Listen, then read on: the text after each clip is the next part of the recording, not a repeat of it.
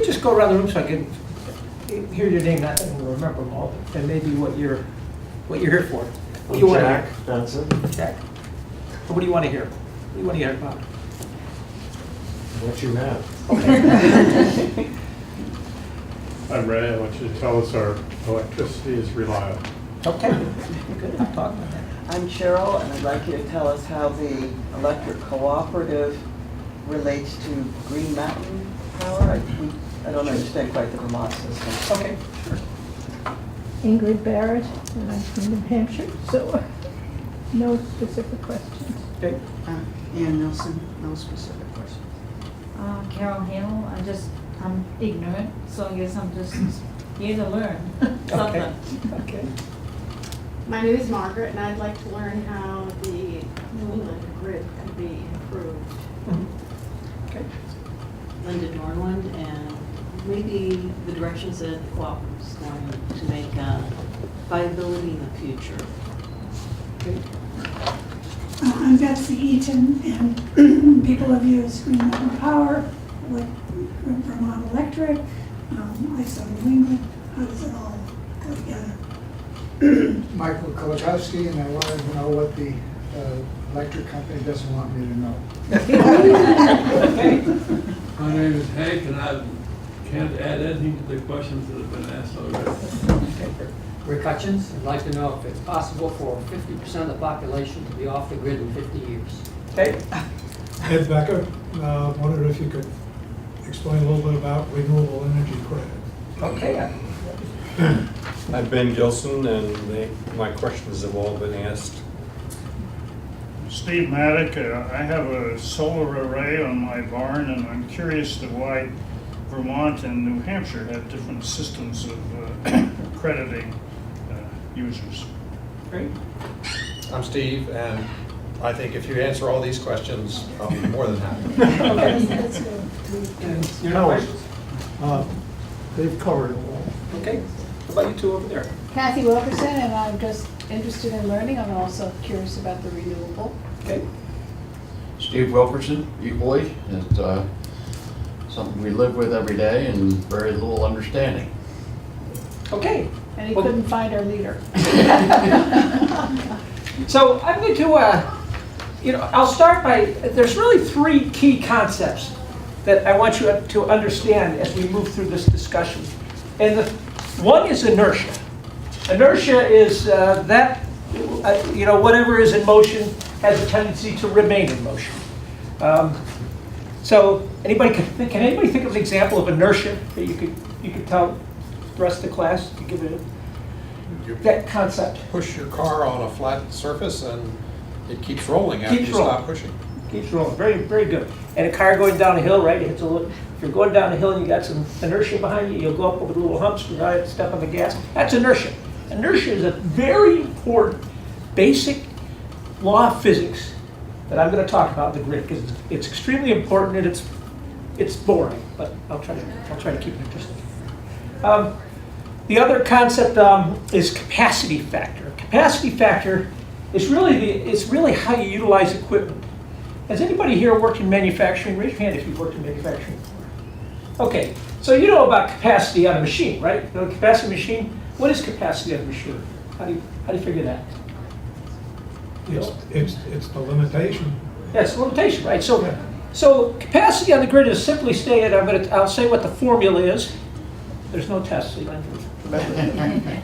The formula is nameplate capacity over time over the actual. It's actually the actual output over time over the nameplate capacity over time. So nameplate capacity is simply whether it's the generator or the solar panel, what it's capable of producing. So if we take a solar panel, because how many people here have solar panels? Raise your hand. Okay, solar panel. Take a solar panel array of 1 kilowatt. 1 kilowatt is the nameplate capacity, which means that this will produce 1 kilowatt when the sun's shining bright. Now, the way we measure capacity is we multiply that times 8760 hours. That's the number of hours in a year. So if you have a generator, or you have we also measure our transmission lines and our distribution lines for the same. got a nameplate capacity. If you run it full for 87, 60 hours every year, you're at 100% capacity factor. Now, in the case of solar, a good example is solar produces at a 15% capacity factor. Now, that's not to get confused with how much the sun shines, because the sun's shining right now, but what's going on outside right now? Why wouldn't we have 100% solar production as you look outside? It's cloudy, right. So a cloudy day, typically you get 30 or 40% depending on the intensity of the clouds. Wind projects typically run about 30% capacity factor. So meaning if you take the total number of hour years, the total nameplate capacity, and how much you got, it's about 30%. And every generator that we have on the system, that capacity factor is very important. And I'll tie it back to inertia in a minute because that's tied. And then the third component is public policy. And public policy is, we all scramble with public policy to get it right. And our success, you can judge that over time. Now I want to talk about Vermont Electric Co-op itself, and I'll answer the question about Green Mountain Power and all the other things that go along with we're going to start getting into some of that public policy stuff. So Vermont Electric Co-op, we serve like this northern gray area in Vermont, northern third. We serve 18 of the 25 poorest towns in Vermont, but we also serve some of the richest towns in Vermont. So we have a good mix in terms of the ability to pay for the infrastructure. We've always been a technology leader. We're recognized across the country for being a technology leader. And I'm going to explain the difference between us and Green Mountain Power right now. Green Mountain Power is what's called an investor-owned utility. An investor-owned utility operates to make a profit, and that profit is regulated by the state and federal government. So there's an allowable amount of profit that an investor-owned utility can make and return it to its shareholders. Now, 25% of America's landmass is served by investor-owned utilities. The other 75% is served by electric cooperatives. There's close to 1,000 cooperatives nationwide. We all operate under the National Rural Electric Cooperative Association, which is out of Arlington, Virginia. I happen to be the vice chair of the Technology Advisory Committee for the NRECA, so I get to play with a lot of nice toys. But cooperatives were set up by executive order by FDR in 1936. He wrote the order to say, look, somehow rural America has to get electricity because there's no business case to support the investor-owned utilities going into rural America. 75% of the landmass at the time didn't have electricity. And the business case, sorry, Meredith. Oh, no, I'm delighted you're here. That's all I can say. I'm just delighted. So the business case is not much different financially today than it was the late 30s. And cooperatives were set up following the 7 cooperative principles that were founded by the Rochdale Cooperative, like way back in the late 1800s in England. Anybody familiar with the 7 cooperative principles? Raise your hand if you've heard of them. Well, cooperatives, we have a set of principles we operate under. We're not for profits, but that doesn't mean that we have the freedom to run poorly. We have to run with very tight financials. And I'm proud to say that Vermont Electric Co-op, we're rated by Standard & Poor's as an A+ rated company.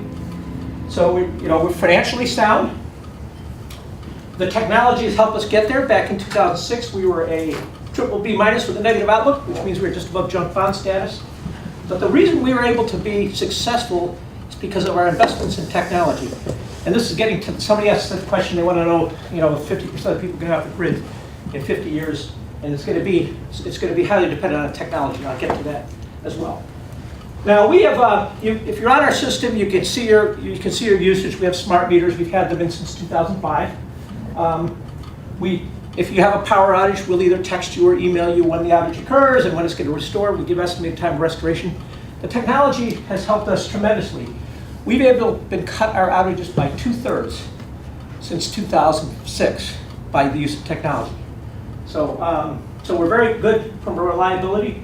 This SAIFI That's called the System Average Interruption Frequency Index. It's how many outages you have a year. And that's a standard used all across the nation with investor-owned utilities and cooperatives. It's kind of one of our key performance indicators. How many times should power go out in our system? The average person, it goes out 1.5 times a year. And the average length of the outage is a little over 2 hours. So you lose your power 3 hours a year on our system on average. We also have some of the best outage performance in the nation as well. And we're committed to Vermont. Now this gets to the why utilities exist. You've got investor-owned utilities that are serving the more dense areas. So for example, the average density of a cooperative is 7 customers per mile. The average of a investor-owned utility is around 125 customers per mile. So we got that mile of service still requires almost the same amount of costs. So we have typically a very much more difficult cost structure. People often ask, why are our rates higher? Well, because we serve rural America. Now, our rates are still within 10% of Green Mountain Power, which we're pretty proud of. For the past 7 years, our average rate increase has been below 1%, which is less than half the rate of inflation. Many people say, well, how come my electric rates go up? Well, you should ask that question, how come everything goes up? Because our cost pressures are the same as everybody else's. So the fact we're able to keep our rates half of the rate of inflation is pretty impressive. But that's enough bragging. This complex drawing here is where the grid is today and the future. The person who said, where's the grid going to be in 50 years? Well, I can't tell you specifically where it's going to be in 50 years, but I'll tell you what we're working towards. So if you looked at the grid just 15 years ago, we had centralized generation, and that centralized generation was all controlled by a parent organization called the Independent System Operator. We're part of ISO New England. ISO New England, their job is to keep the lights on in New England. There's 13 ISOs across the nation. ISO New England covers the New England states. Basically, their job is to make sure enough power is coming in to meet the needs of all the power going out. And the grid is considered an unstable system from the physics world, meaning it can collapse in a heartbeat. And we've seen that happen several times. The latest time that we had a massive collapse was September of 2014, and it was 50 million people lost power. Anybody remember that power outage? I'm not sure if it impacted New Hampshire too much, but it certainly hit Ohio to New York City, up into Canada. It was all caused by one power line sagging into a tree in Ohio. So that just shows you the instability of our grid. I will tell you, the grid's no more stable today. I would argue it's less stable than it was then. And I'll get to the reasons why in a minute. But the ISO New England's job is to make sure that it's just like a lake. There's power flowing in, and when the lake has water coming in, it has water coming out. As long as the water coming in doesn't exceed the water going out, the level stays stable. If the water going out exceeds the water coming in, the level drops. So there's a whole bunch of cautionary indicators that ISO New England looks at. And they make sure that there's reserve spinning generation on the grid at all times, so that in case something happens, there's enough spare power to keep that water level stable. Because the grid can collapse in what it's 3 or 4 cycles of a sine wave, which, sine wave's like 15 milliseconds. So you talk about, within 1/10 of a second, you can get a grid collapse. So it's very important that we have enough spinning reserve. Now, I'll get to the reasons why in a minute, but let me talk about this evolution of our grid. Today, we have things like solar panels. We have the evolution of storage occurring. Storage is not very ubiquitous at this point, but we're certainly looking at it. And the interesting thing about rates is end-use solar on your home is about twice as expensive as a utility scale solar. So if you take your home and you put one unit, every home you put a solar panel up, well, it's going to be much more efficient if you put it in a centralized location. So we have this double tension that we're trying to, at least in Vermont, we're trying to deal with. People don't like to see the rates go up, but they want solar power. Now, we can give people solar power and not have the rates go up, but it has to be done in solar fields to take advantage of efficiency. Does anybody have any idea why a solar field is much less expensive than a panel on your roof? I would say Economy of scale. Economy of scale, yeah, go ahead. you've got your requirement for the equipment to be able to go both ways, as well as also just maintenance for the grass, the snow removal, you name it. Perhaps positioning is more effective. Yep. Rather than position of a house, using Yep. a roof or. Yeah, it's very simple. It's like, making your meal at home or making it at the cafeterias. So it's just economies of scale. For every rooftop solar, you've got to put an inverter, you've got to do an interconnection, you've got to pay attention to all those things. Where if you get a field, you only have to do one of those connections for an entire solar field. So we can do renewables, and we can do it at a place where your rates go up. But if you don't like the looks of it, now that gets into the rate discussion. Now we're in the public policy component, which says, and believe me, in Vermont, we're in the middle of this incredible tension. People say, we don't like those wind turbines on the roof, on the ridge line. And of course, you're looking at the person who led the project to build the King and Peony wind project. I basically predicted that would be the last major wind project in Vermont, because all the Vermonters wanted wind. But when you see them up on the ridge lines, no, not so good. But they had to see it. They had to see it first. But again, wind. Now let's talk about, I think I'll get into this later. I will hold the thought about wind and solar and how that balances with renewables. But ultimately, the grid right now, our grid, has about, during a peak day, we have about 11% on a peak July day, about 11% of the power is being generated from behind the meter. So that means it's generated in homes or businesses. So we're at 11%. I want you to hold that thought, because I'll come back to that. But ultimately, the grid, which was made for one-way flow, now has two-way flow. Now, I want to couple another concept. I want to get back to the inertia concept. When we talked about inertia, we talked about a body in motion tends to stay in motion. This whole grid was designed for motor-based generation. They have rotors and flywheels that keep those things going around. I'm a utility manager. I'm also a recovering engineer, which you may have figured out at this point. But I love a spinning generator. Spinning generators are great. They're easy to deal with. You look at the output of a spinning generator, it's nice and smooth, it's clean. And why is that? Because everything we've designed, including that computer, has been designed to convert that spinning 60-cycle sine wave into a signal that can be used to do work. So now we've got these, what are wind and solar, we've got these intermittent sources. And even though you see the blade spinning up there on this big wind turbine, it's still not a spinning generator, because it has to go through a conversion circuit. Now these conversion circuits have two major problems. One is a lot of electrical noise, and I'll get back into what that means in a minute. But they also don't have inertia. So if you get something that happens within a couple of milliseconds, just like a car going down the hill, your generator can ride through it. The solar and wind can't ride through it. And so this is producing a tremendous challenge to keeping the grid reliable. And I'll come back to that as well. But ultimately, what I'm showing you here is and believe me, you've probably figured out at this point, I love what I do.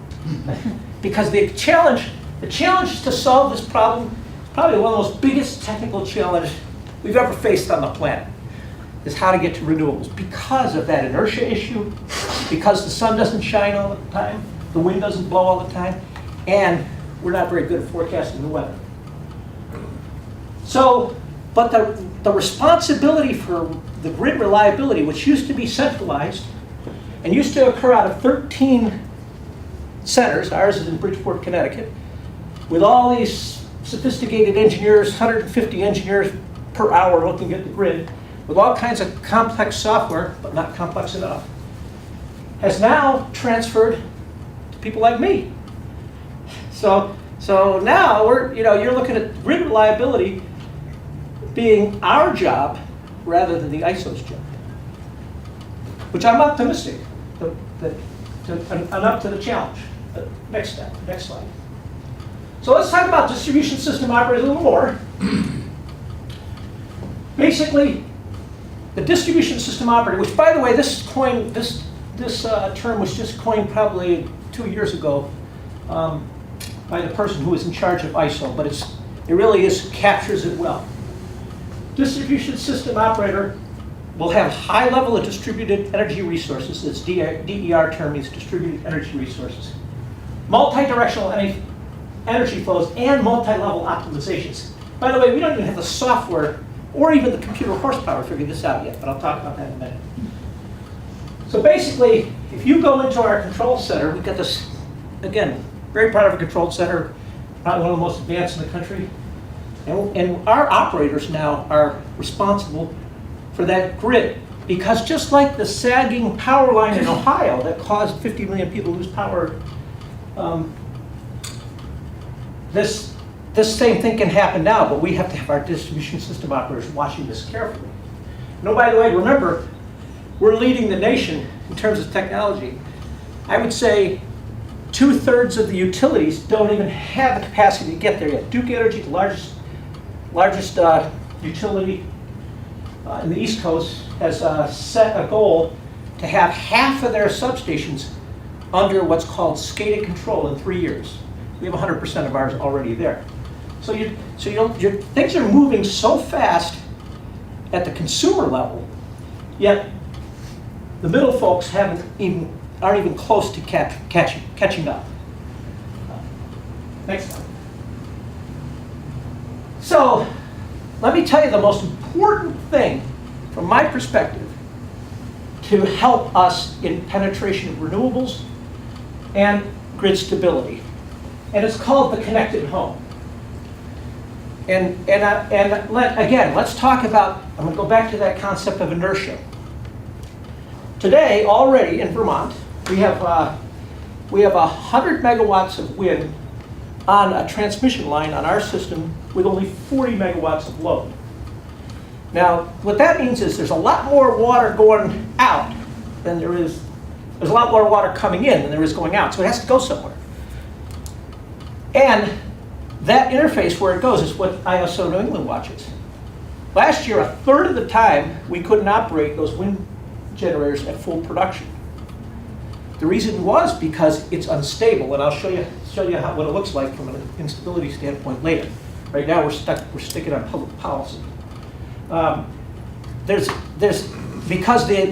Because wind and solar is unstable, and you'll see that from what we call voltage fluctuations, we can't put as much on the system as we'd like. We've approached the limits in most of Vermont Electric Co-op system. We've approached the limits where electrically adding renewables here means we have to shut off renewables here. You don't really contribute renewables. Now let me go back to the capacity factor. You may be scratching your head and say, well, why is that? One of the flaws, and we're working this aggressively right now, one of the flaws with public policy today is it doesn't take into consideration the electrical issues. So, if you look at our system, which now has more renewables than it can handle, we have to shut off renewables if more renewables come on. We're successfully getting that through the legislature to understand. You can't just put renewables anywhere without addressing the issue. Now let's talk about public policy goals versus some issues with public policy goals from an engineering standpoint. And now I'm going to get into the renewable energy credit discussion. How many people here have heard of renewable energy credits? Raise your hand. Oh, good, most of you. In this class. From my perspective, probably one of the most dishonest things we've ever done. It's really a sad state of affairs because what I've observed now, believe me, I was a big proponent of renewable energy credits. Up until about 2 years ago. The reason is because I realized that it's created a false belief in people. And, one of the things that, even if you had asked me a year ago, I would have said Burlington, Vermont is 100% renewable. But I realize now, if I say that, I'm deceiving you. Because the reason 100% Burlington, Vermont is 100% renewable is because they purchase these things called renewable energy credits. They sell renewable energy credits. The reality is, if you're connected to the grid, you can't be 100% renewable. Now let's go back to the capacity factor and talk about why. Because if your solar panel is producing 15% of the time, our public policy tells you in Vermont that you can push that all out on the grid and use the grid as storage. The reality is, 85% of the time, we're buying replacement power for your solar panel. And typically it's fossil fuel, natural gas. Because go back to the ISO New England control, ISO New England has to keep spinning reserve. And that spinning reserve is natural gas, or oil, but up in New England it's natural gas because gas is cheap right now. Why do I use natural gas? Because they need to be able to cycle up and down quickly. Just like your lawnmower, you're running and you hit some deep grass, the motor speeds up. But you gotta have the lawnmower running in order to go over that grass. You can't start it up every time you hit grass. And, that doesn't work because it cycles up and down. So we keep all this spinning reserve going. So as the sun, and I'll show you these slides in a few minutes from an electrical standpoint, as the clouds go over and the wind, the puffiness of the wind occurs, which is all the time, there's always reserve there. So even when it's running, we still have reserve, but then at nighttime, we're buying replacement power for you. Now, Vermont's concept was, we'll just push it out of the ISO New England grid. Well, the problem now is Connecticut and Massachusetts has now established their own renewable energy goals. And so they're going to start getting more generation, and this problem will continue to get worse. Now, when we talk about, we have a goal in Vermont that says you will have 15%, you will allow 15% of your peak capacity to be generated with solar. But that 15% only results in a little over 2% savings on energy over the year, because it's only a 15% capacity factor. So when you might have 15% of your generation is solar, but you're only using it 15% of the time. So from an energy standpoint, you aren't really doing a lot to offset the renewables. Now, what people will tell you is you're 100% renewable. The reason for that is because we've established rules that said if you can show renewable energy credits for 100% of your power, you're renewable. Well, that's such a myth. It's not true. So we're really trying to drive out that myth. Let's get that renewable energy credit market is just, there are a lot of people profiting on that, but the average consumer is getting the wrong message. Is there any questions on renewable energy credits? Take a moment to challenge me on it, or didn't Vermont require that they a certain percentage of renewable energy credits can now have to stay in Vermont? Yes.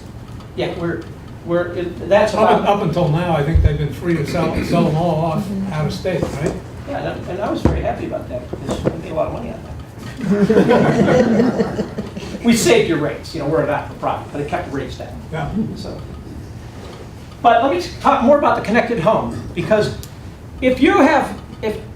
we're really in Vermont, we're at our system anyway, we're approaching the limits of the electrical capability of renewables. But what we're working aggressively on is moving to the connected home.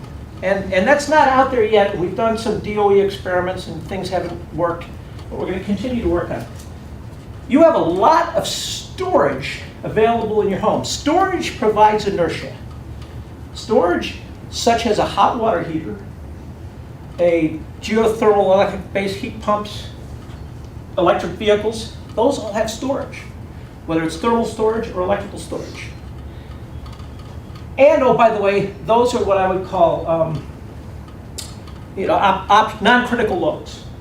Your non-critical loads meaning, how many people here know how many times their hot water heater comes on in the day? Raise your hand if you do.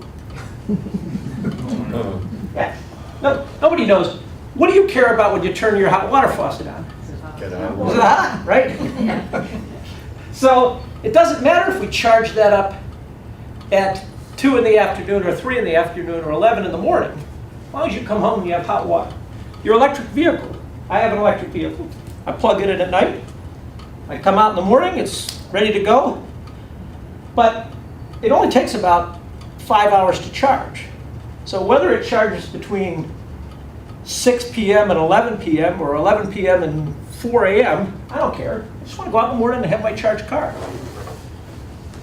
The thing about these optional loads, what they do for you is when the sun's shining and the wind's blowing like crazy, we can charge those things up. So it allows us to get more flow into the system, because the more flow we get out, the more flow we can get in.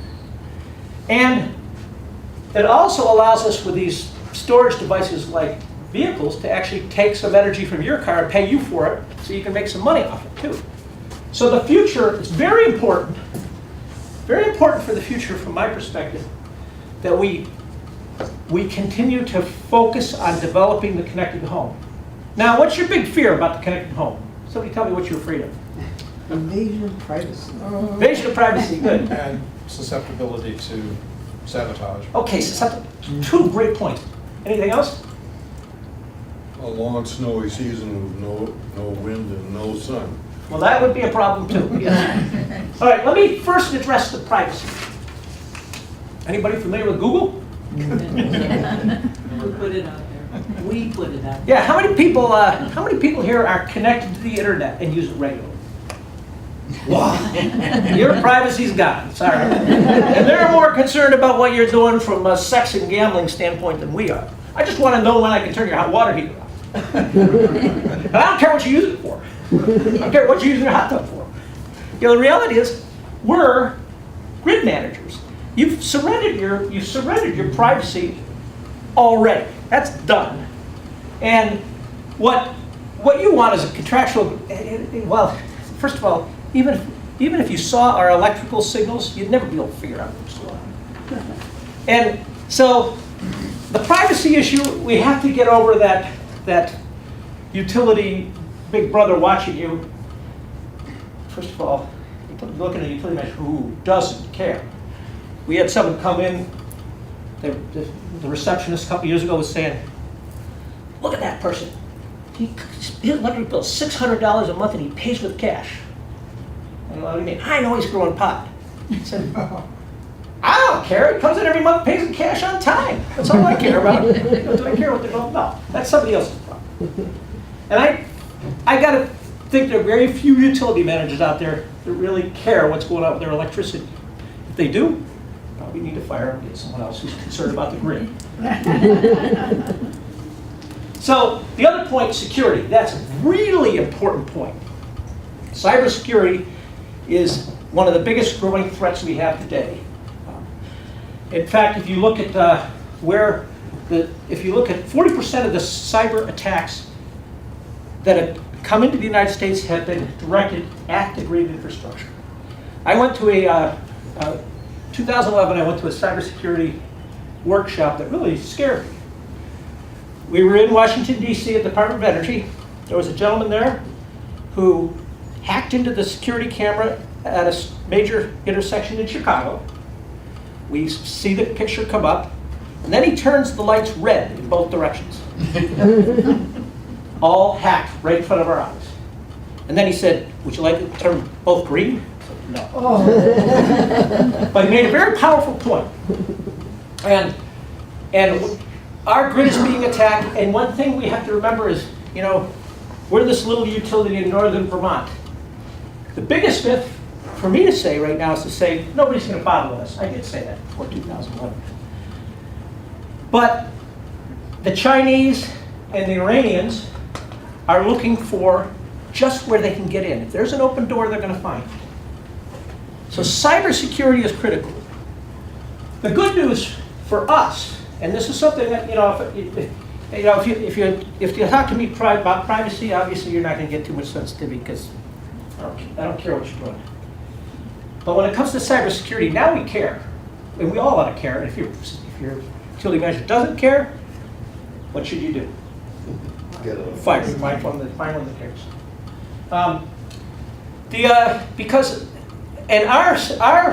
The way our system works is we use what's called a power line carrier to signal into the home. Power line carrier means voltage we put over the power line that you can only access through equipment in the substation.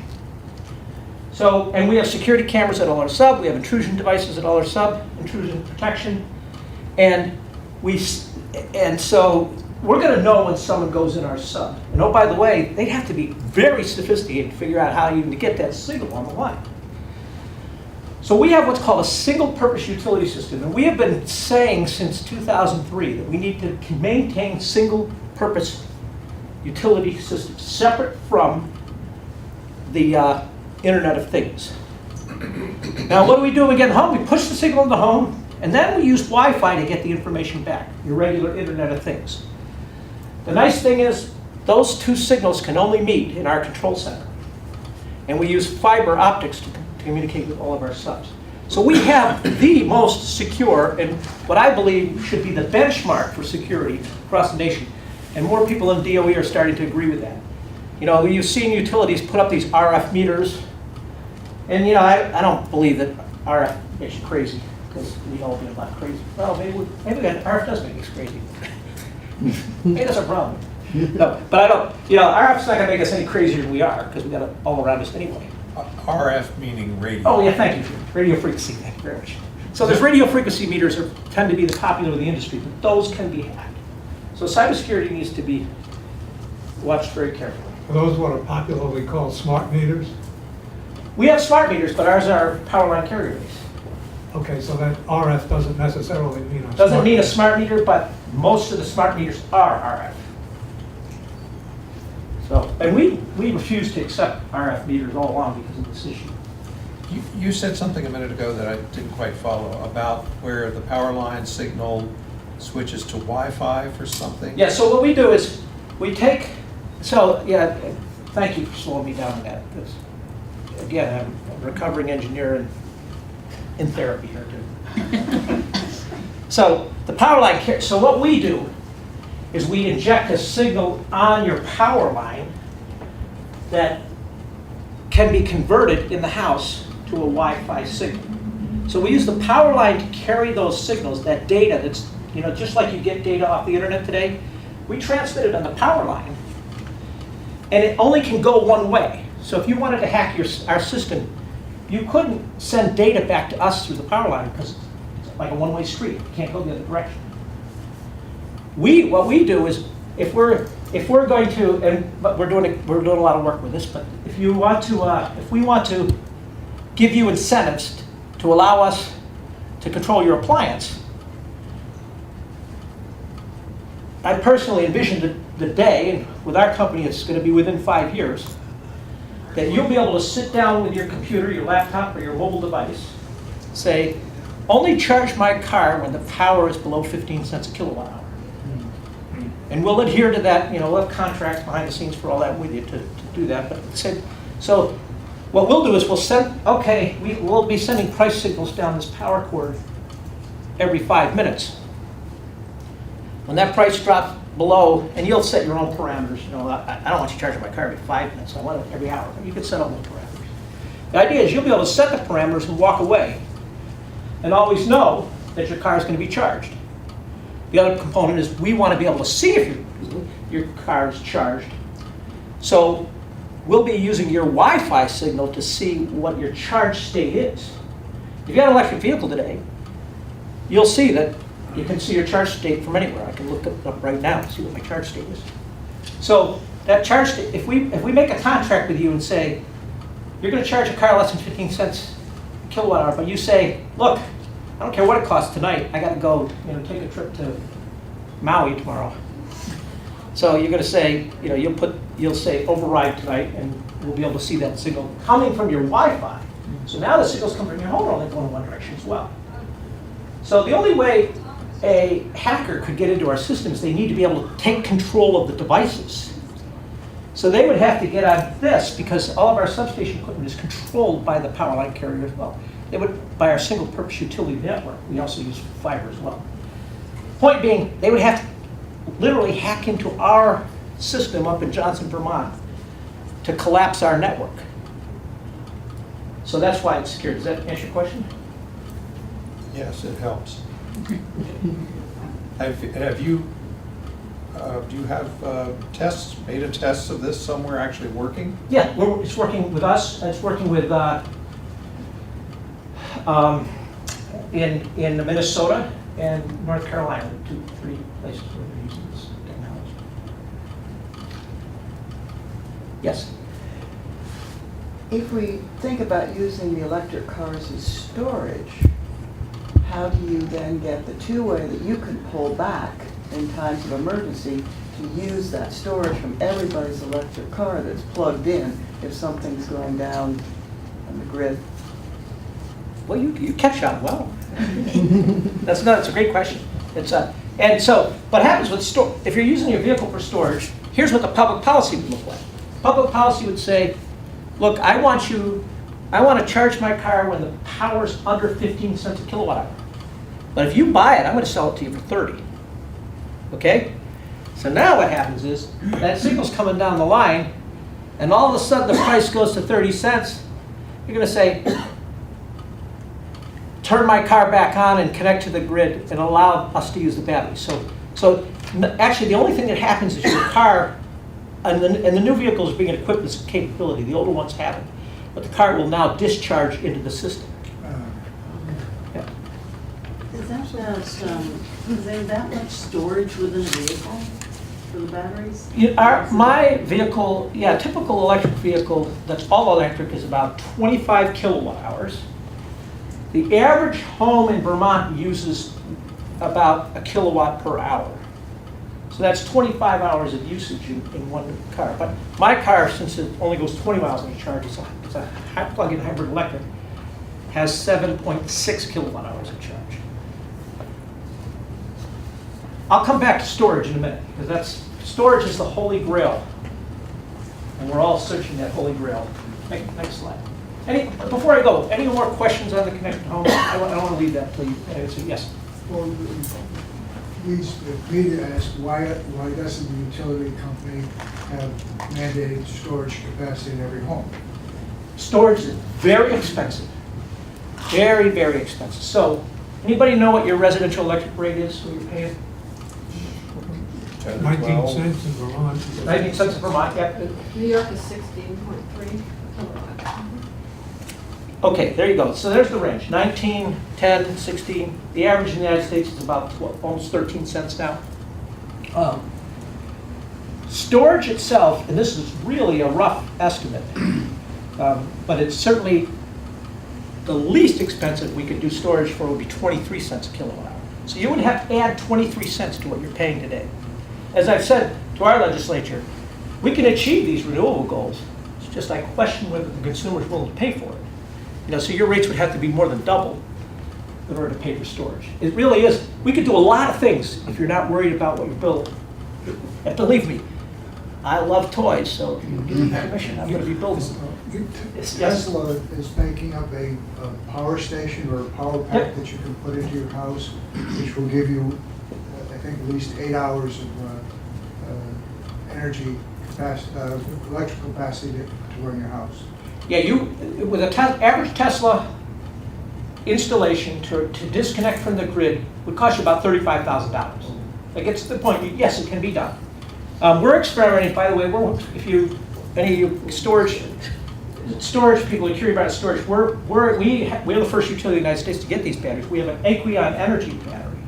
Aquion is a little cheaper than Tesla, but it's called AQUION, AquionEnergy.com.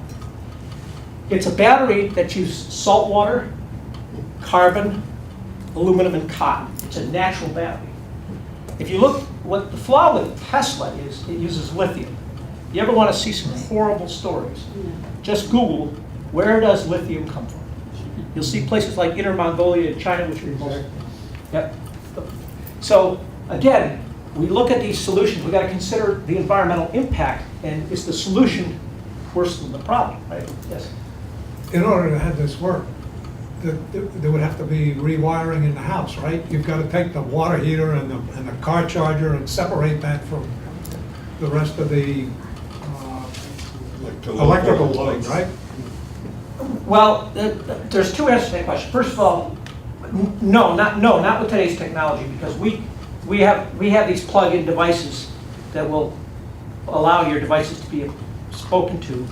And the North American Manufacturers Association is now putting in chips in all the new appliances. Anybody bought a new appliance lately and seen it's Wi-Fi enabled? Yes. Yeah. They're pre-positioned. Our national group has been working with the National Appliances Manufacturers Association, and so have the investor utilities, to get these chips put in all new devices so that the capability exists to communicate with them. But they would communicate using Wi-Fi in your home. Any other questions about? So if these chips are in all new appliances, isn't that a means of cyber espionage in terms of having something that would just disable all of them at once? Well, if you think about it, if some cyber espionage person wants to disable all the refrigerators, that's one thing. That doesn't take down the grid. And I'm not sure what the impact would be. You know, you got to think of cost versus benefit from when you're a terrorist. You know, it's like, yeah. So that those issues are there. I wouldn't argue they're there. You might, but those issues already exist today. For example, your televisions are all the new televisions are Wi-Fi equipped for a long time. And oh, by the way, many people are on cable anyway.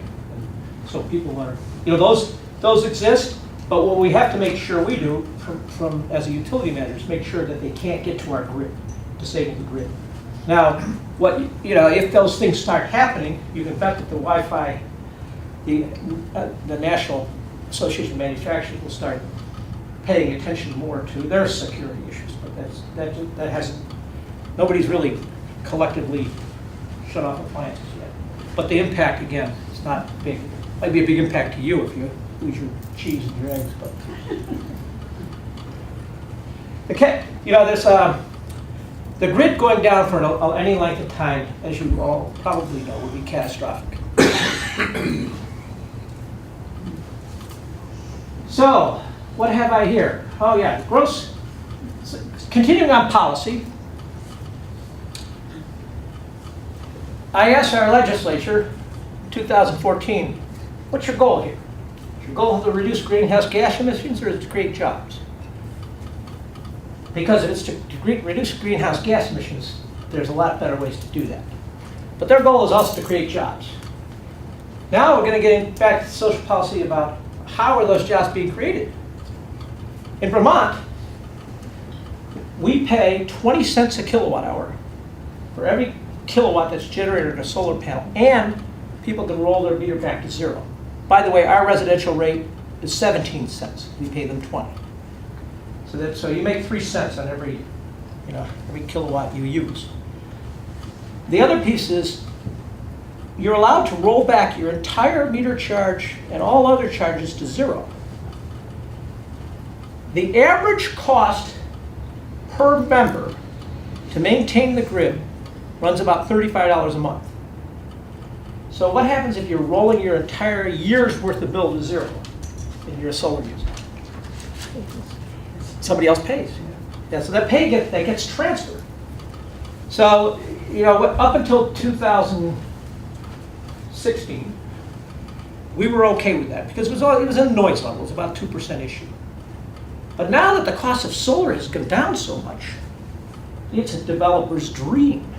Because think of it, we can build, I'll tell you our data, we're building our solar fields for 12 cents a kilowatt hour.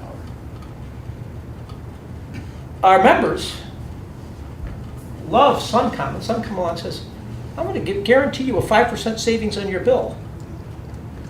Well, what's the difference between 12 and 20? Right? So somebody's making a lot of money on this, and we've challenged those folks and say, look, our books are completely open. We have a public policy contract with the public. You can look at our numbers, every single one of them. You want guaranteed rates, you should be opening your books too. So, But in New Hampshire, we pay a monthly charge, a so-called connectivity charge. It's not $30, it's only $12.75. But we pay that, but then we bank the hours. We don't, there's no financial exchange between a solar panel hookup and the company. yeah, in New Hampshire, yours looks more typical of the rest of the country. It's still a going out of business model because what we do is we have 35. The average cost for grid support is $35 a month. We actually charge $18 a month, and we make up the rest of that with kilowatt hour sales. Now,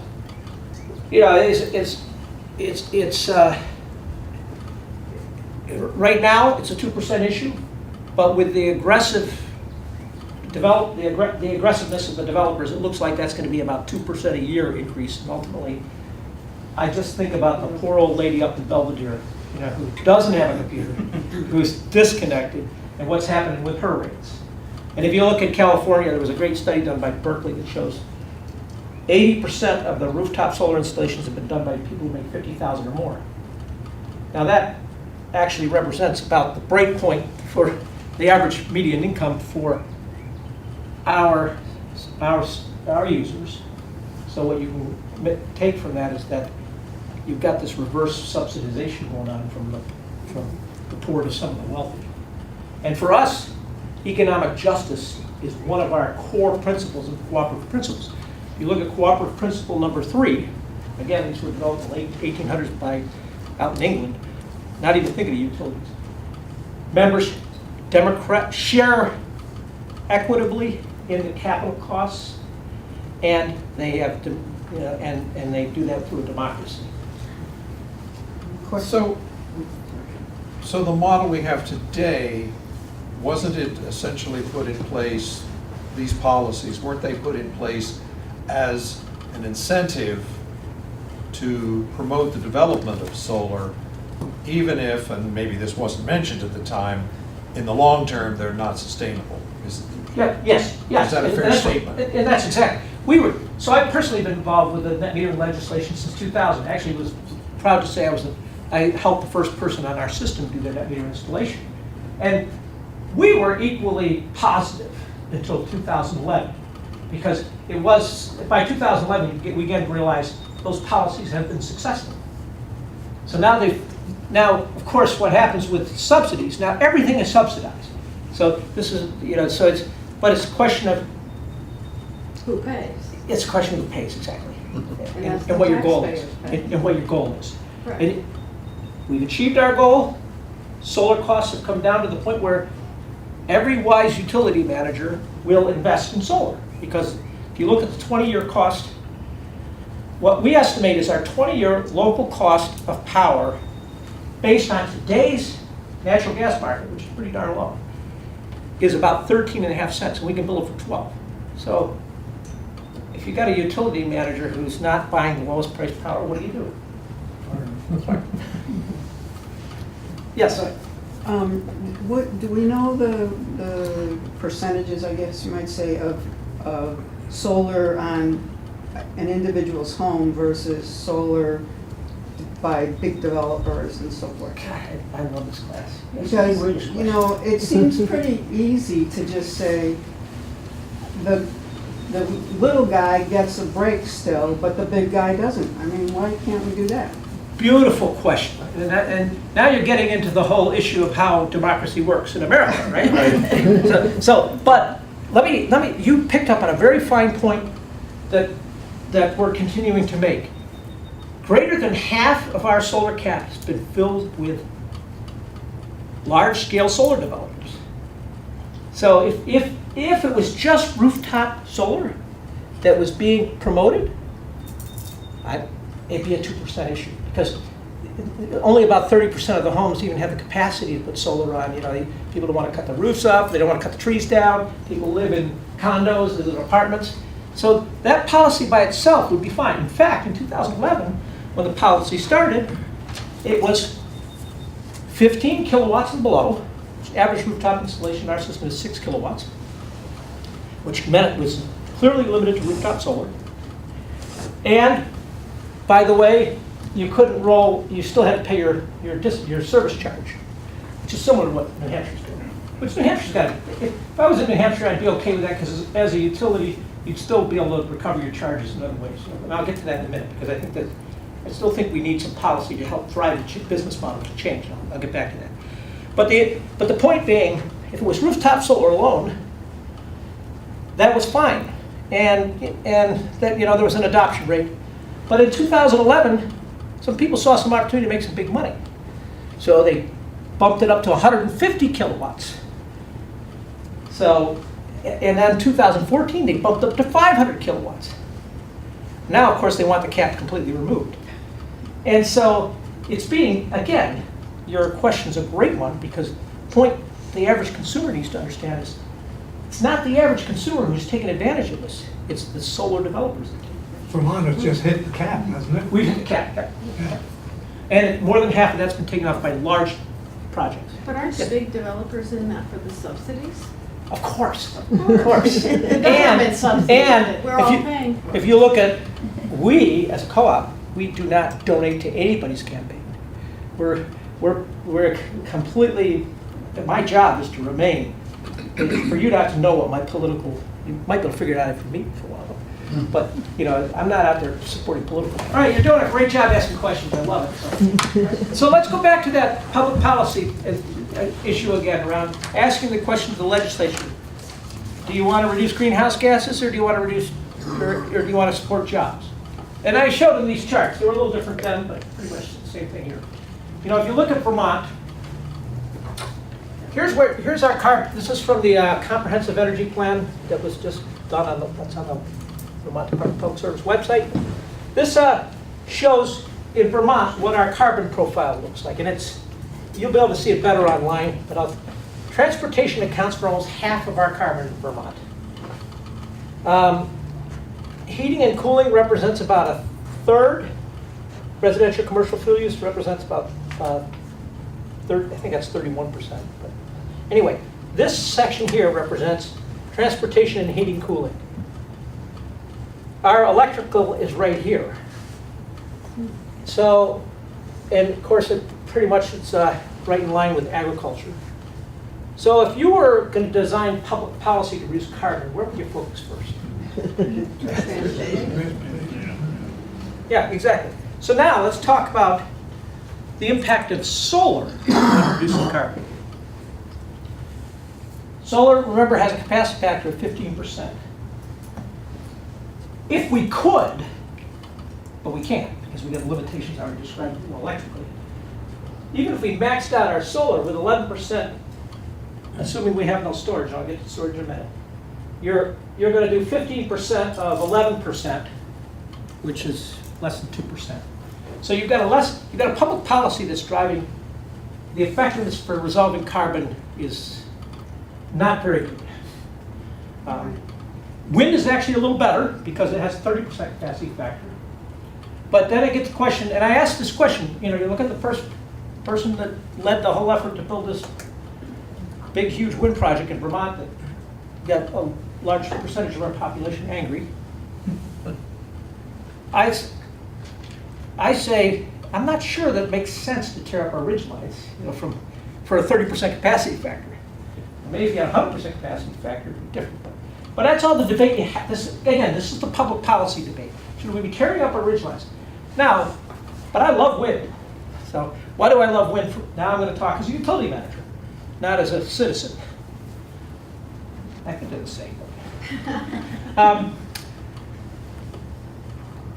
Sun shines brightly in July.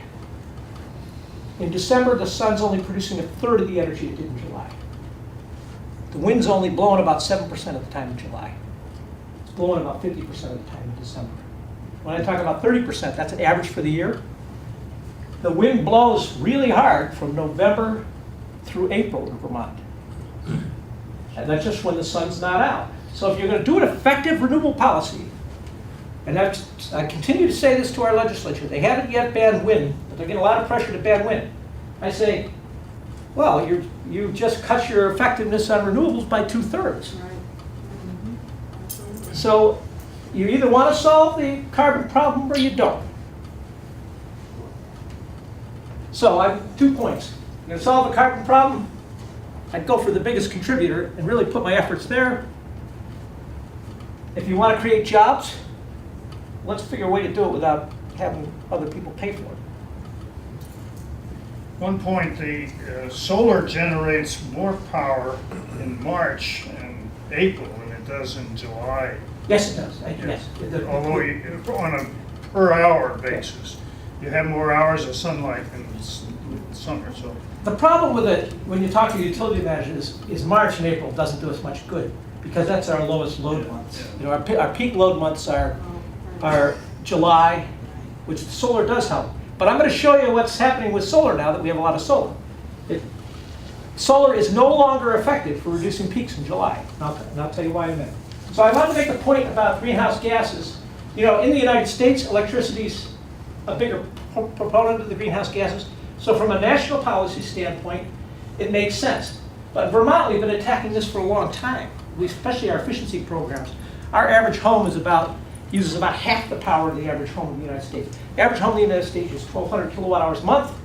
Our average is 500. So that alone has cut that wedge significantly. You see. Why is that? Why have we? Why does Vermont use half We the city of the average household in the United States? again, so you know, I am a big proponent of public policy.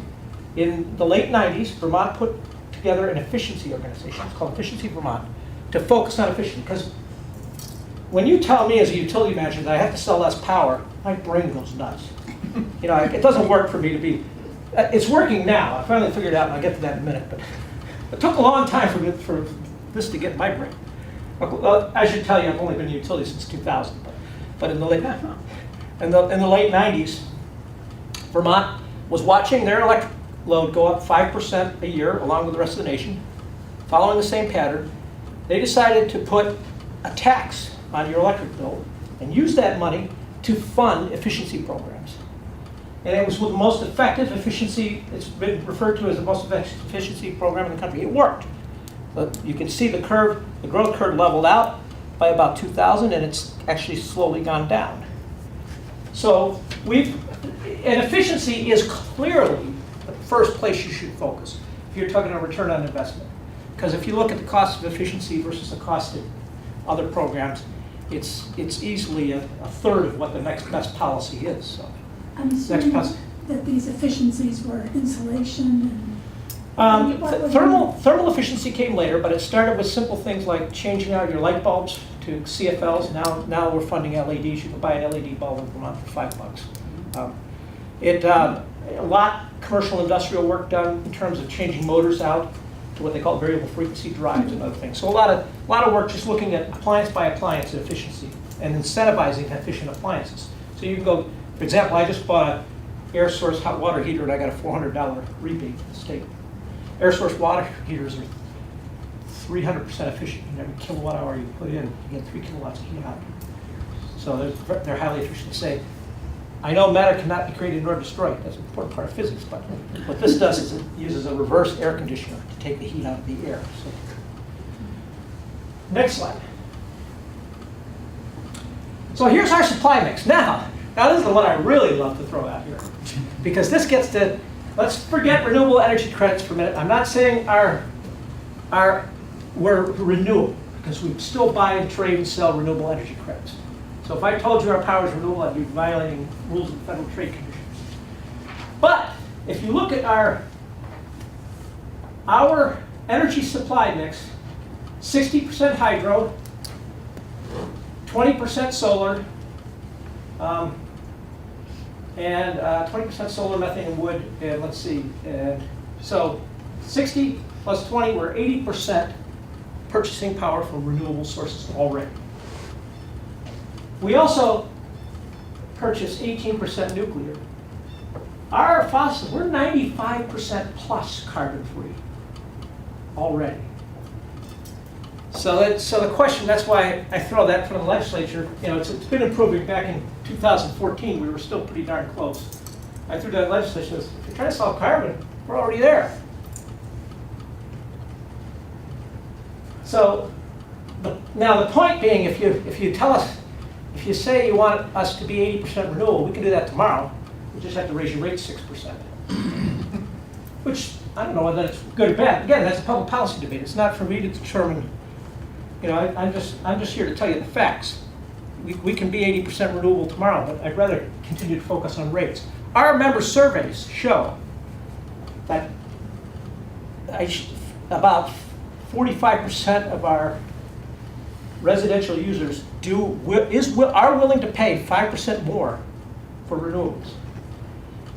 Turns out our mix is half residential, half commercial industrial. I should tell you that only 8% of our commercial industrial are willing to pay more. But at the same time, the other half are concerned about rates. So I'm in a position from a public, and I just want to do a good job. And good job means try to carry out public policy. So that public policy, the way my member survey says is, look, we want renewables, but you need to do it in the least expensive way possible. And you talk about it affecting their rates, but does it affect their taxes as well, their state taxes? I mean, Vermont's known as a high. Oh yeah, we're a high state yeah. taxes. Is that part of it too? Well, I would say no, because the energy funds are kept separate from the tax funds so far. You know, we haven't stolen from the electric funds to do those areas. So I think it's fair to say that it's separate. Presumably you as a co-op have control over these percentages. Yes. You've made some decisions here to buy X% of this type or the other. What, other than good PR for being renewable, why are you doing it this way? You're still, as you say, you still have to make a business survive. Great, another great question. You're getting to our policies, our internal policies. And it goes back to, I'm able to say we've been able to keep rates stable for seven years. With our strategy, we're not going to win the lottery, but we're not going to lose the farm. We could do it cheaper if we just bought natural gas, but that market is so volatile. So what I truly believe in my short history on Earth is that our members want their rates stable. You know, people always forget when you give them a rate decrease. They remember when you give them a rate increase. So since about 2007, our focus has been stability. These are stable sources. You know, this hydro consists of about half of that consists of contracts with Hydro-Quebec. The other half is hydro facilities in the state, and we do 20-year contracts. You know, you get 20-year contracts for this. You can't get anything over. Just recently, we started getting 4-year contracts for this. Just to give you an idea, our average, so think about the fact that we're paying 12 cents for our solar, 20 cents for rooftop solar. We just closed a 4-year market deal for natural gas power for 3 3/4 cents. So, if we weren't concerned with carbon, and I still don't think we'd buy gas, because if you had to pay market rates,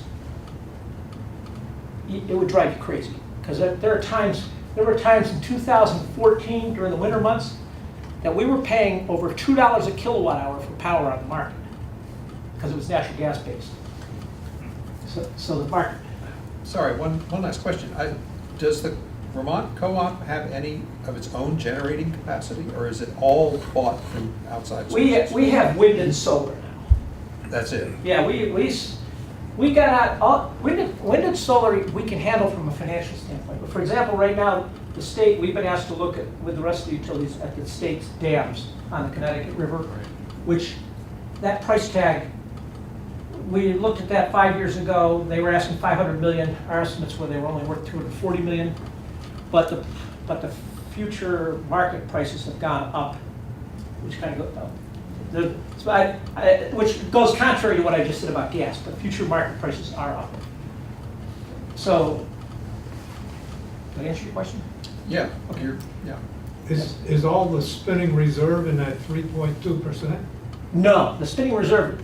So when you purchase power, you purchase energy and capacity. The capacity So now I guess what I was trying to avoid this issue because I don't want your heads to explode. all the policies we deal with.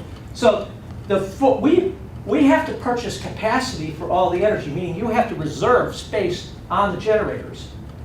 And that's called the forward capacity market. And that price has been going up significantly. Why is, and I'm going to get to why it's going up. The forward capacity market prices are going to continue to rise dramatically. And I'll tell you why in a minute, because I want to get to the electrical piece and how that electrical piece feedbacks to the public policy piece. So that 3 3/4 cents kilowatt hour, that was just for energy. I'll touch on forward capacity in a minute. Next slide. So, just policy considerations. Hydro, the ability to get hydro is going down due to run-of-the-river requirements. All across the nation, including Vermont, the Agency of Natural Resources are telling utilities they can't pond as much water as they used to because it has big impacts on the environment. And my job is not to second-guess Agency of Natural Resources. There are a lot of smart people there. They're just telling us we can't pond as much water. So people say, what about hydro? Well, hydro is not a good investment for anybody at this point because of the run-of-the-river requirements. And then aesthetics, no more wind. People don't want large solar. We're starting to get a lot of pushback on large solar. We can't do pump storage in Vermont because you think people got mad at me over a wind project. We're like, cut up a mountain, put a big pond there. It's only filled once a day. You can't support life. Small solar is twice the price of large solar. The RPS is based on energy. Forget it, not just consumption. Production is on capacity factor. Now, I don't want to miss this one. So that slide here. Wind and solar drives down the grid load factor. The grid load factor is the capacity factor measurement of the grid. So you saw, that's why this number is here. This 450,000 megawatt hours is what you use on an annual basis. But our grid is capable of about 800 megawatts entirely. So the daily usage, so our average grid capacity is used 55% of the time. So we have a capacity factor of 55%. Take the nameplate capacity, multiply it times 8760, put that in the 450,000 hours factor, and you come up with 55%. We're using our grid 55% of the time. Going back to manufacturing, if you've got a piece of capital and you want to get the unit cost down, you use it more, right? So we want to continue to focus on rates. Wind and solar. So what if now we're telling people our grid is limited. They're saying, well, just build new lines. Well, we're going to build a line. Our grid factor is another key measure for me is capacity factor of the grid, load factor. Along with that, safety.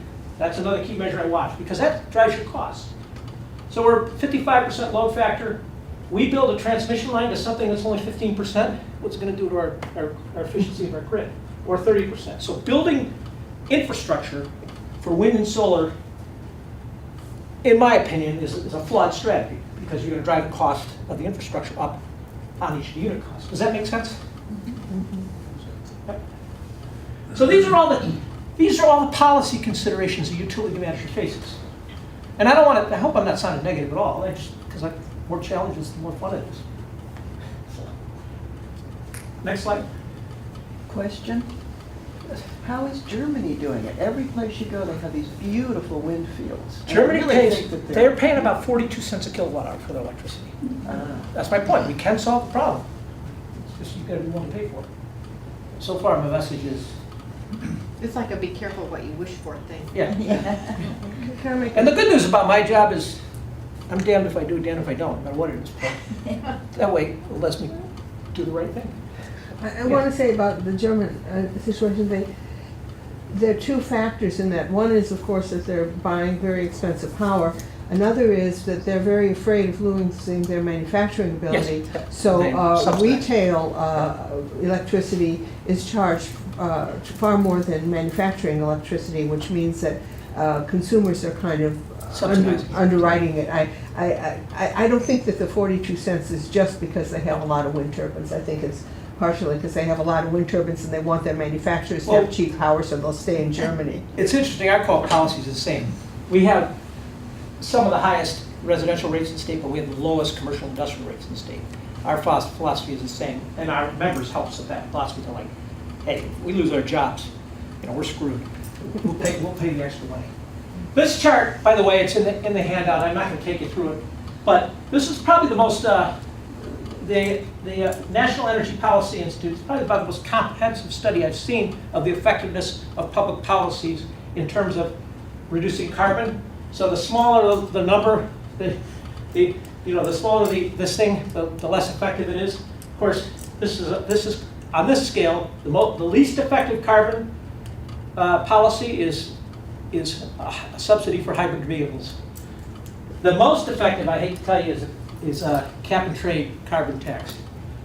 So, of course, if you go back to the slide and you look at most of our carbon in Vermont coming from the transportation of fossil fuels, that's what makes sense. There. Somewhere in the middle is wind and solar.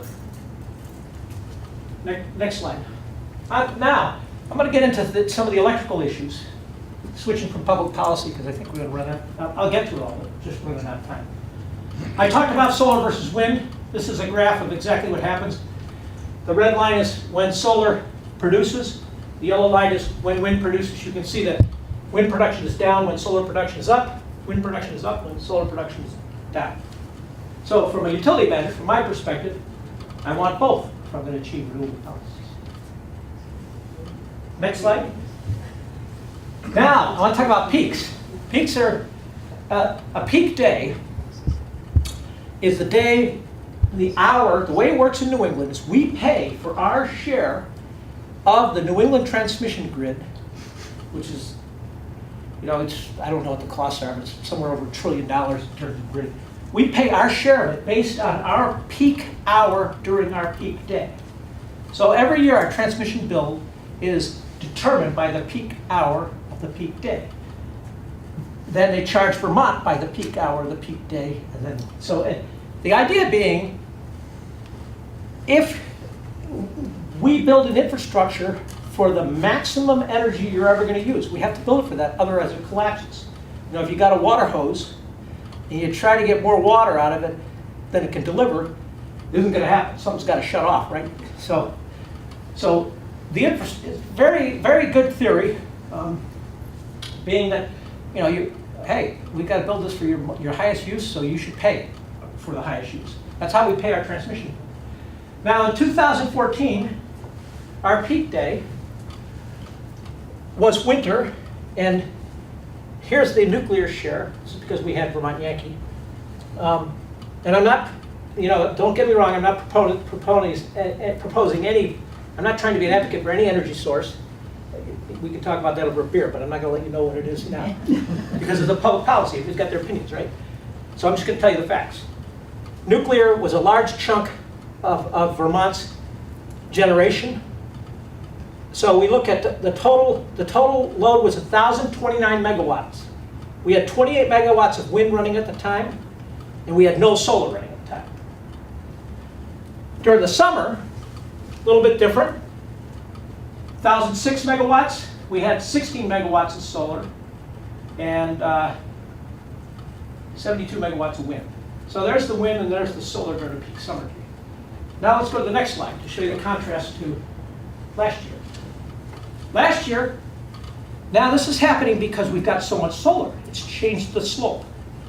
Solar is producing well during the summer day.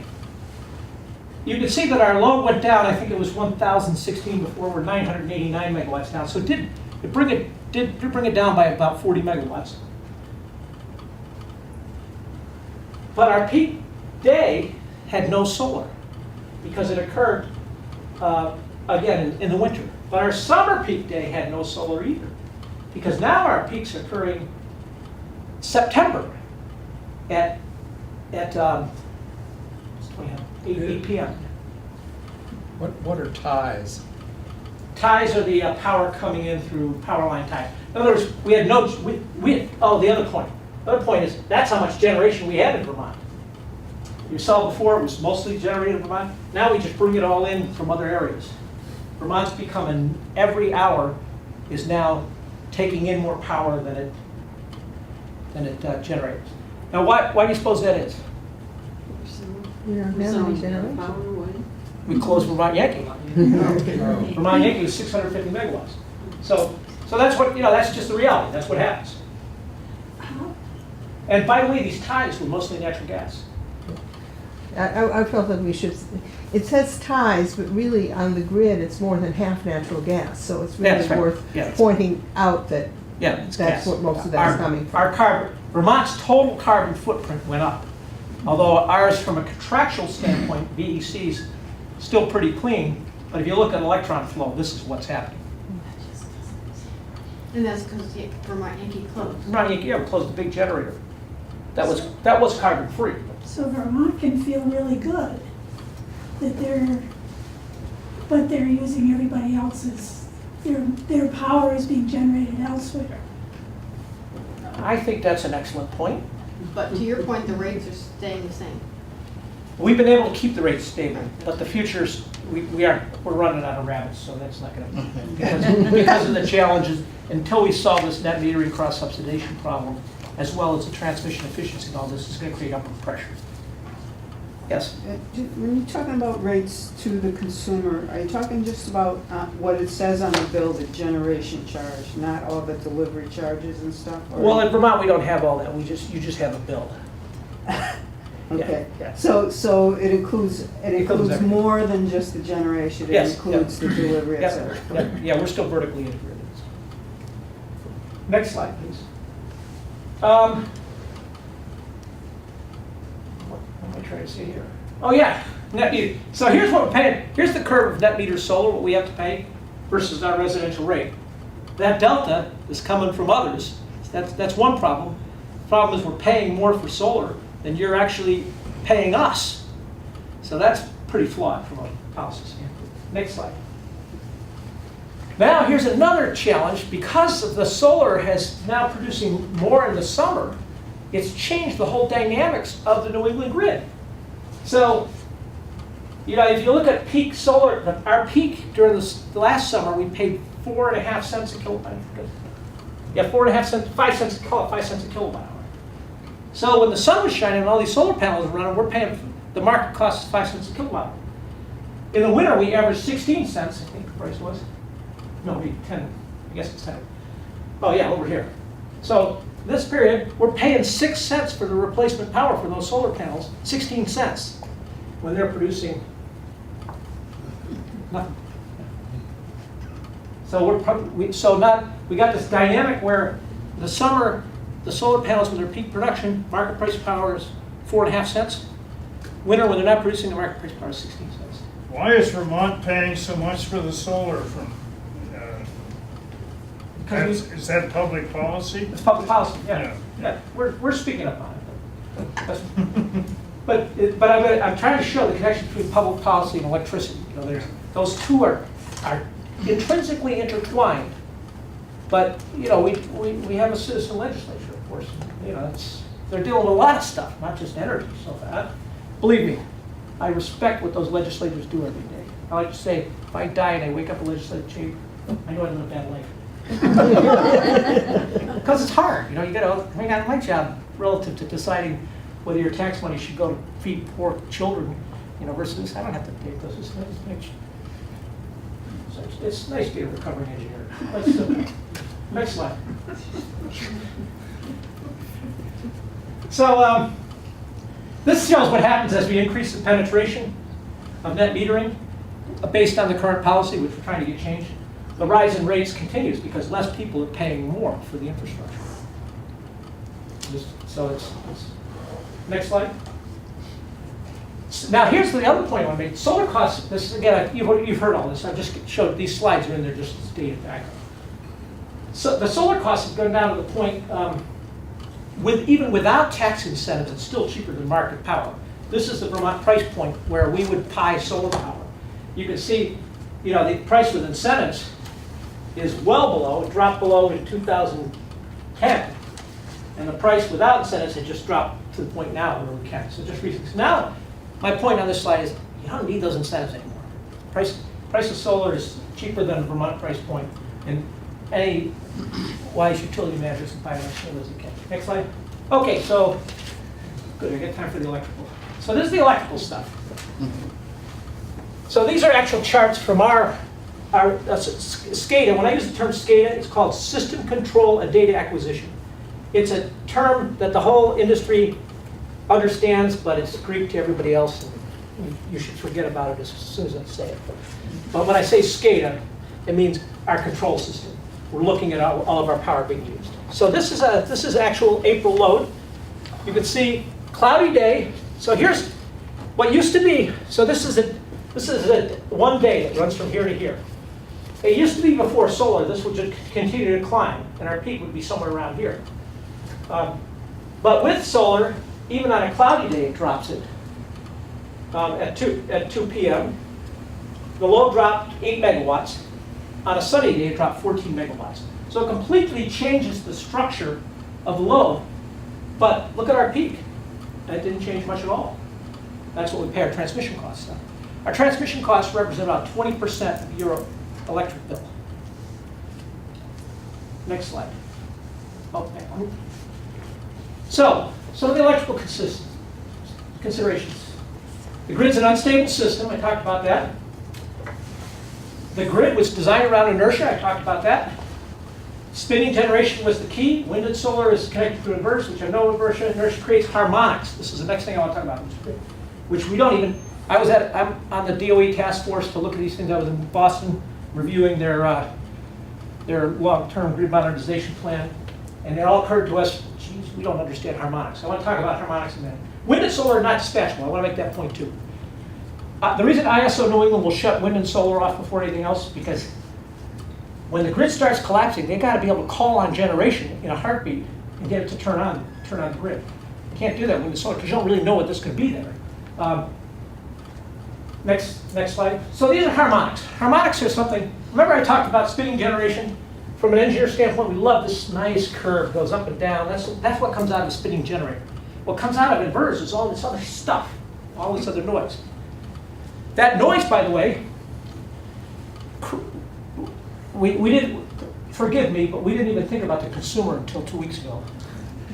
We were thinking about our substation equipment. And this was literally at a meeting in Boston 2 weeks ago, where we're talking about our substation equipment, and someone said, what about the consumer appliances? All the DOE engineers looks at each other, geez, we don't even know what's going on with consumer appliances. But we know, one thing we know is this creates heat in our transformers, it creates heat in our equipment. Since our equipment's all been designed around this wave right here, you got all this other stuff coming in, that actually creates heat. And there's an equation that's called Arrhenius equation of acceleration for anybody interested, that shows the direct correlation between heat and life of equipment. So we in the utility world understand, keep the equipment cool, it lasts a lot longer. Just like us humans, right? Keep us cool, we'll last a lot longer. So keep it cool, it'll last a lot longer.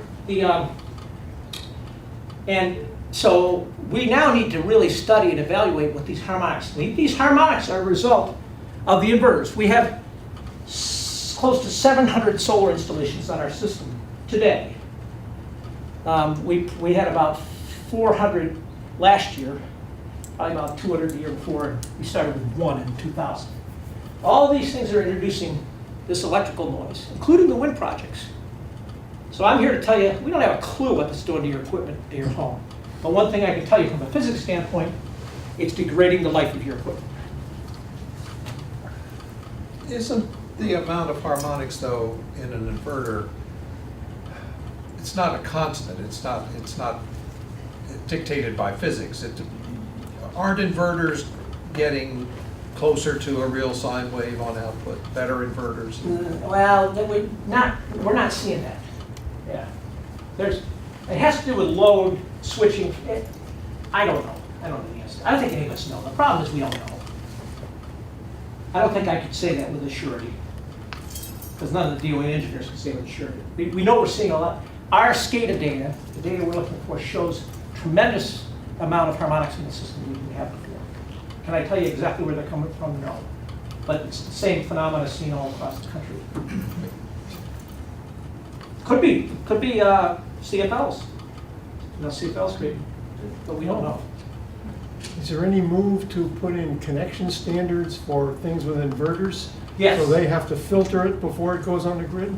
Yes, there's this IEEE standard for inverters. I think it's IEEE 1754 or something. If you want to look it up. It's that there's a big debate going on about how we change the inverters, which might get to the point you're discussing. We're talking about how to change these inverters. What we want to do is have well, I'm not gonna get into details, really. But there does need to be some standards upgrades for inverters. There are some national groups looking at it. But this problem exists today, and we need to understand it more. Next slide. So I talked about the impact of harmonics. Communication interference, but not many people are using radios these days. Okay, now let's talk about the electrical issues with solar. So here's an actual, pull this again from our SCADA system. This was April 23rd at noon. This was a cloudy day. This was a 2.2 megawatt solar field.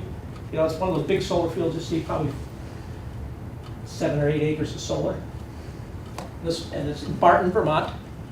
And look at what was happening to the output of this system.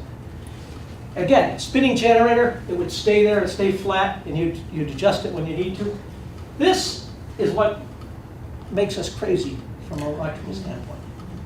Now, trying to compensate for that is difficult. So you see this thing is producing 1.8 megawatts, and within like a 30-second period, it goes down to 0.6. It loses 1.2 megawatts. More than half, it loses half its output drops off. And you can see it's cloudy days. What happens?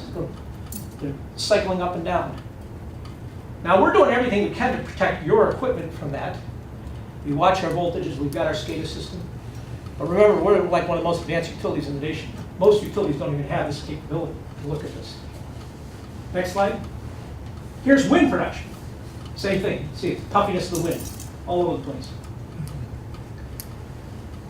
So that was, what was the date on that? I don't know. A 7-day period in April. So this is all real data you're looking at off our system. Does it take, this is a simple question, I apologize, but does it take more energy to bring it back up? Yes. In all your Yes. squiggly Yes. lines, it takes more energy than. Very nice observation. That requires energy, just like your car. Yes. It goes the same thing as your car. When you accelerate DC your car, it takes energy to slow it, speed up. If you got an electric vehicle, you take, your batteries will be regenerative and stuff. But I talked about this curtailment. This is actually the area that's curtailed because we've got so much renewable generation on it. Now, what we did, if you go back to you don't need to go back, but if you go back and remember those wind and solar slides, the bouncing us up and down. For the first 2 years of our wind project, we were theoretically supposed to get like 32% capacity, and we were only getting 15% because we couldn't run it all the time. What we did to fix the problem was we put a big honking flywheel on this. Between the wind generator and this grid, we have this big, massive flywheel. We introduce inertia. So the output of the wind goes into the flywheel, spins it. And if you ever go up to Jay Vermont and Jay Peak, you can send me a note. I'll tell you where our sub is. You can see this huge building that looks like a barn. There's just a big flywheel in there. One end is a motor, electric motor. The other end is a generator. In the middle is this big flywheel. And that stabilizes it. But that costs total project cost was about $160 million. That added $12 million to the project cost. A very significant expense. And oh, by the way, the total round trip losses, is about 5%. So we're losing about 5% of our energy. Good news is we were able to get our capacity factors up, but we had to sacrifice some efficiency. Next slide. So what are we doing about it? Well, first of all, what you just saw here in the harmonics of discussion, there's not even enough compute power to analyze this because of the way computers work today. So Pacific Northwest Labs working on software application to enable real-time grid analysis so we can understand what's going on on a minute-by-minute basis. I'm here to tell you we don't really know. We have a partnership with IBM to develop highly accurate weather forecasting, improve forecasting of renewables. We can improve the forecasting, we can use them better. And extensive research on storage technologies. Storage technologies aren't effective but we're all watching it. That's the holy grail. And we're continued research and application of home and area networks. And we got 5 minutes left. Any final questions? They're actually on the web already. Okay. Go ahead. Would a lot of these problems be solved if we got rid of AC and then went over to DC? Oh, sure, but the problem is, it's just like GM headed down the hydrogen car, right? Hydrogen fuel cells were the big talk, and you got to change the whole infrastructure.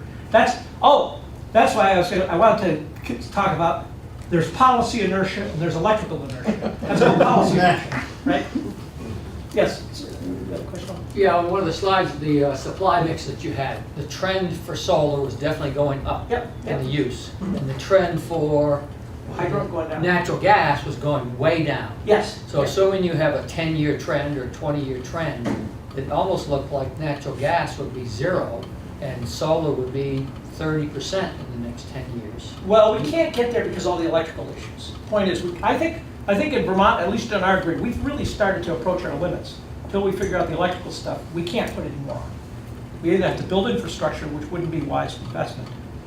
You know, we have to figure out, that's why this whole presentation was about how do we optimize this whole thing. We have to figure out how to optimize it. There's no real solution other than continuing to work on the problem. Does that make sense? Yeah. Other questions? Well, Yes. just, Ukraine just got hacked, or recently Yep. got hacked. That's right, yep. And they lost a large majority of their power grid system. What would that happen to a utility company trying to put the load back online?